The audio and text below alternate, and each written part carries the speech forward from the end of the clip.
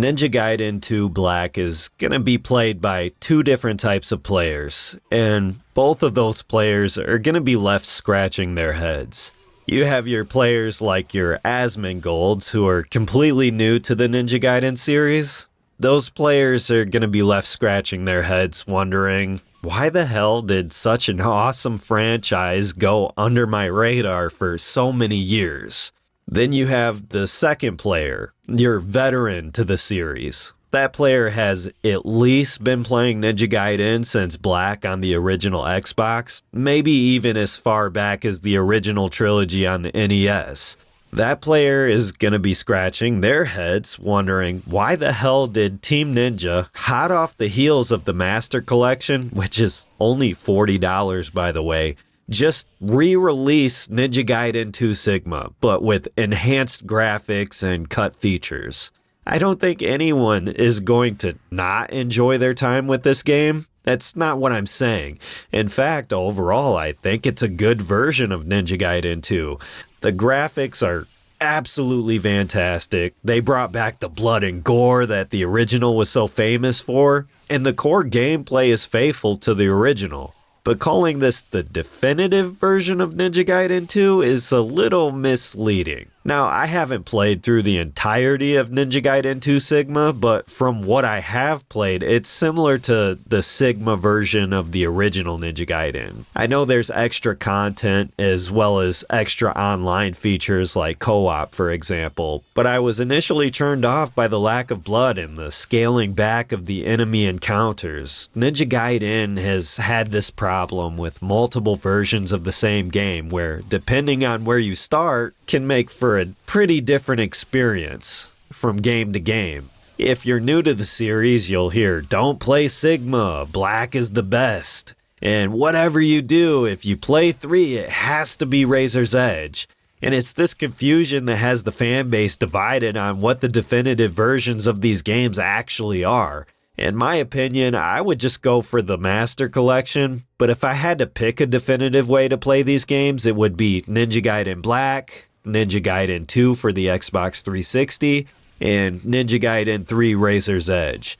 Ninja Gaiden 2 Black, as pretty as the graphics are, is just not the best version of this game, considering the rebalancing and the lack of content. And this would just be a small nitpick if it wasn't for the fact that there's a fan-made mod called Sigma 2 Black that does everything that Team Ninja couldn't do. You're telling me that Team Ninja couldn't accomplish what a solo dev could in his spare time, keeping all the extra content from Sigma on top of the blood and gore and the enemy count.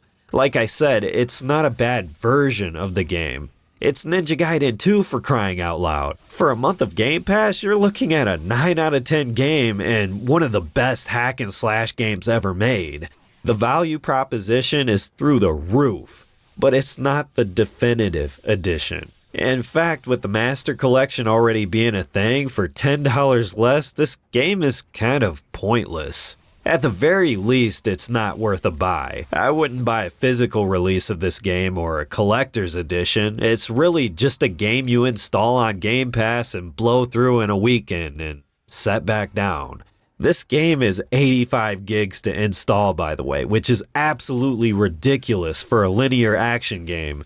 The original game still looks pretty impressive for an Xbox 360 title, and it's a fraction of that file size. This game took me 3 hours to install, whereas the original took under 5 minutes. Every time I have to download a game made in Unreal 5, it's so damn annoying that my excitement is nearly gone by the time the game is actually in my hands. And this is the reason I'm starting to skip these remasters and just play the originals instead. But aside from the download size and a few technical hiccups, this game ran solid, and I played it on the Series S. I felt like I was getting 60 FPS the whole way through, which is something I can't say for the original on the Xbox 360. Man, Ninja Gaiden 2 was a slideshow at times back in the day, but now that it's Xbox enhanced, it's basically flawless nowadays. So if you want to give the original a go, they didn't delist it, which I will always appreciate. You have no idea how broken I would be if there was no way to purchase the original Resident Evil 4 or the OG Dead Rising, for example. It honestly scares me whenever a remaster or remake gets announced because I get PTSD from the GTA trilogy. So being able to access every single version of Ninja Gaiden 2 is a godsend. Listen, I love hack and slash games, character action games if you will. It's one of those genres where I can just see gameplay in a trailer and know from a glance that I'm most likely going to have a good time. I love Devil May Cry, God of War, Darksiders, basically anything that Platinum Games touches like Metal Gear Rising, Nier Automata, Bayonetta, Astral Chain, even games that you would consider mid-tier hack and slashers like Alice Madness Returns, which is frequently on sale for $1 on Steam. Seriously, it's probably $1 right now, and you have no excuse not to pick it up. But yeah, I still walk away from these experiences having had a fun-ass time. There's just something about the linear mission-to-mission level design and easy to pick up but hard to master combat that's so addicting with this genre, most of the time at least. No giant open world, excessive RPG mechanics, just straightforward, button mashing fun through hordes of enemies while looking cool as hell at the same time. The type of game you don't have to plan an entire month around, you can just pick up and finish within a weekend, whereas now we have so many games that are so massive and such time sinks that when you don't finish them, you end up feeling like crap when they sit in your backlog for months on end. But that's for another video though. Ninja Gaiden 2 Black is that game, and I'm so excited for Ninja Gaiden 4. Team Ninja, Platinum Games, Koei Tecmo, this is the dream team right here, and I have no doubt that it's gonna knock our socks off. Then we have Ragebound returning Ninja Gaiden to its 2D roots, being made by the studio that gave us Blasphemous. Like, are you kidding me? Ninja Gaiden is back, baby. But yeah, I really miss those shorter games that were based around a single core mechanic, but it was a really damn good core experience. And so many people are going to play Ninja Gaiden 2 and realize how good we had it back then. I think we're getting really exhausted with modern gaming and how AA has been swallowed up by the AAA blockbusters. You want a dedicated stealth game? Well, here's this waist-high grass you can sneak through. Oh, you want a dedicated platformer? Here, you can basically jump in every single game now. Do you like hack and slash games? Here, we have this 3-hit combo with a finisher that never gets deeper outside of stat growth. That's what I feel we've lost from more linear games of the old days, and I'm hoping we go back to valuing quality of gameplay over just how massive a game is. If you've been on the fence about Game Pass like me and not really seeing a reason to jump back in, I think what Xbox showed off in their recent Direct is promising, and at least for the month of January, you're gonna get your money's worth with Ninja Gaiden 2 Black alone. I swear, within the first second of that opening scene for the mystery game, with the waves and the lightning, I knew straight off the bat this was Team Ninja. I was literally hyperventilating. It's actually pretty funny watching casual gamers react to the showcase. They're all sitting there like, oh wait, is this a new Sea of Thieves game? Like, holy crap. Ninja Gaiden has been gone for way too long when people don't even recognize the Team Ninja opening scene. You have no idea how huge Ninja Gaiden used to be back in the day. When I was a kid, I owned the PS2, so I was already familiar with games like Devil May Cry and God of War, but one day I was at a friend's house and he was showing me the new Xbox console. He was like, wait till you see the graphics on this thing. The game he booted up was Ninja Gaiden Black. And holy shit, this game looked photorealistic to me back then. This has to be the best looking game of the 6th generation. Man, he was showing me all the sick combos like the Asuna drop and showing me that you could wall jump and stuff. He was even telling me about the lore, and I even remember him telling me that Ninja Gaiden meant Ninja Side Story in English.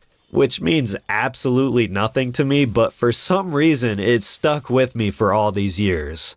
I knew from that day forward that I had to own an Xbox so I could play this badass ninja game. So no, I didn't get into Xbox because of Halo. In fact, I never even played the first Halo on the original Xbox. Halo 2 was my first Halo game, and that was after I played Ninja Gaiden Black. And sure, when the Xbox 360 came out, I played it for Gears of War, Dead Rising, and Halo 3. But man, the true highlight of the Xbox 360 era was hands down Ninja Gaiden 2. And just like the first game, this was the most graphically intensive game on that console. Seriously, if you thought Gears of War was next gen at the time, the Xbox 360 couldn't even handle Ninja Gaiden 2. Sometimes there'd be so many damn enemies on screen during combat with blood and limbs flying everywhere, I thought I was gonna get the red ring of death. Especially during the infamous staircase, trying to play the game at 15 frames per second. The reason I'm saying all this is because Xbox feels more like the Xbox I once knew than they have in a long time. Ninja Gaiden 4, shit, Expedition 33, with those Lost Odyssey vibes. I don't really care much for South of Midnight, but man, Doom the Dark Ages, powering a battle mech, riding cyber dragons? I'm actually feeling like my Series S is gonna get some mileage this year. Say what you want to about Xbox, but I believe when these companies are doing good by us, they deserve to be rewarded, and when they don't, they should be roasted to hell and back. And Xbox, as much disappointment that I've had with them in recent years, I'm starting to warm up a little to Game Pass. I'm starting to understand the whole multi-platform move, and at the end of the day, it's just making these games more accessible to a wider audience, whether you like it or not. Anyways, let me know your thoughts in the comments. How insane is it that Ninja Gaiden is back, man? But alright, I'm out. Until next time, peace.